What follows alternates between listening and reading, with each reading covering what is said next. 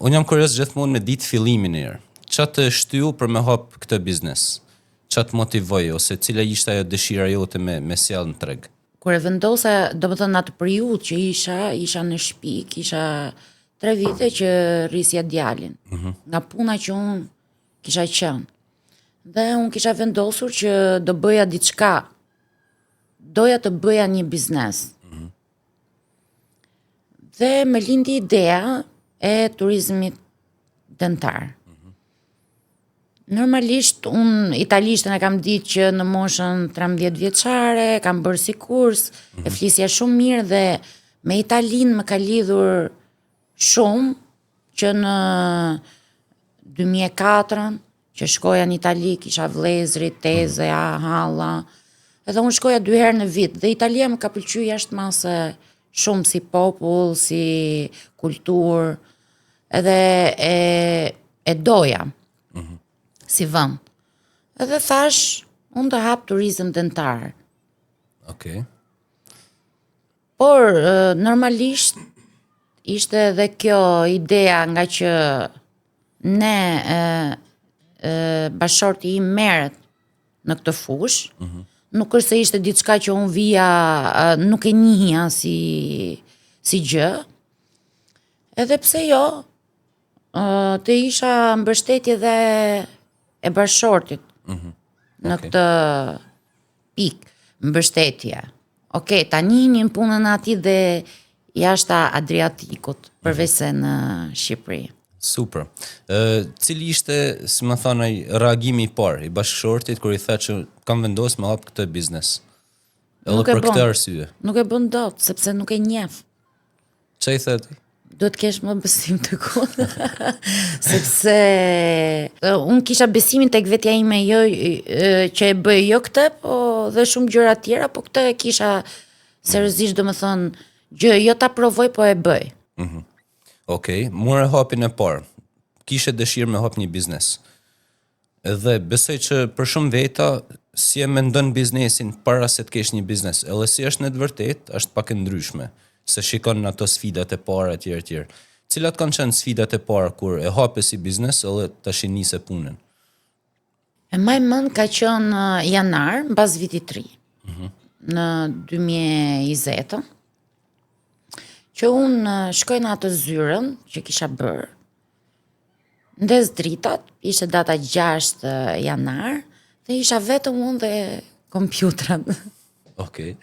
Nuk isha fare asnjë lloj ideje që për shembull kë do marr në telefon ose si do ta bëj, dhe gjëja e parë thash më duhet një staf. Dhe fillova të kërkoja. Më e bukur ishte e kësaj jave, domethënë që unë hapja çdo ditë zyrën orën 9 vetëm. Edhe që vinin intervista puna dhe më shikonin mua, që flisja, domethënë, okay, thoja shumë gjëra, por ata rrinin me një pikë pyetje që thonin, më fal, seriozisht e ka kjo që do të thënë është vetëm dhe mendon të bëjë diçka të tillë. Më thoja, thjesht duhet të keni besim, domethënë tek unë, që unë këtë gjë do ta bëj. Nuk është që thjesht po e ndërroj dhe po bëj sikur po e bëj. Dhe i vetmi person që edhe sot e kësaj dite është krah shumë i fortë në këtë rrugë, është vajza kolegja ime, që quhet Raimonda, që e besoj këtë gjë, edhe e vazhdoj me mua, dhe e vazhdon sot e kësaj dite. Cili ishte pozicioni ose roli i saj në kompani? Pra personi i parë që ti morën punë? Që ishim të dyja përballë njëra tjetrës dhe kompjutrave, dhe ajo nuk e kishte iden se çfarë do zhvillojmë, dhe jemi ulur të dyja dhe e kemi bashkë biseduar që ne do bëjmë këtë gjë dhe këtë gjë. Ajo shpalosi idetë e veta se si mund të lëvizte në këtë pjesën e rekrutimit, në thonjza të klientit, ndërsa unë në pjesën pastaj të shërbimeve dhe mikpritjes që ai duhet të merrte. Ne ishim 2 persona, ajo dhe unë. Pastaj na u bashkangjit dhe një djalë. Që dhe ai është prapë se prapë, do më thonë është koka e kësaj rruge. Do më thonë e ka nisë, po themi në thonjza, fillestar edhe kanë bë karrierë me ty, apo jo? Po. Janë ngritur në detyrë. Janë ngritur kanë me marrë. mua. Dhe unë i quaj pjesë të familjes turista Sorrident. Nuk e quaj që ne kemi një zyrë, unë jam CEO dhe ata janë punojnë. Ne nuk kemi grada dhe tituj.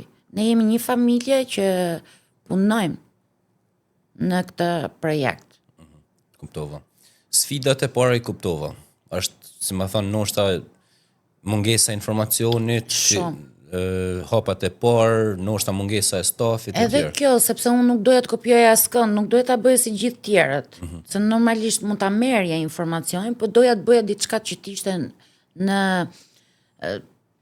në karakterin tim dhe në ato që jam unë, diçka ndryshe, jo. Okej. Pasi kalove këto sfidat e para, a ka pas një moment ku ke thënë me vete, prit se m'duket kjo gjë, po funksionon ka? Rezultatet e para kanë qenë emocione shumë mëdha, po jo që e kam menduar se okay, ja arrita. Po. Jo.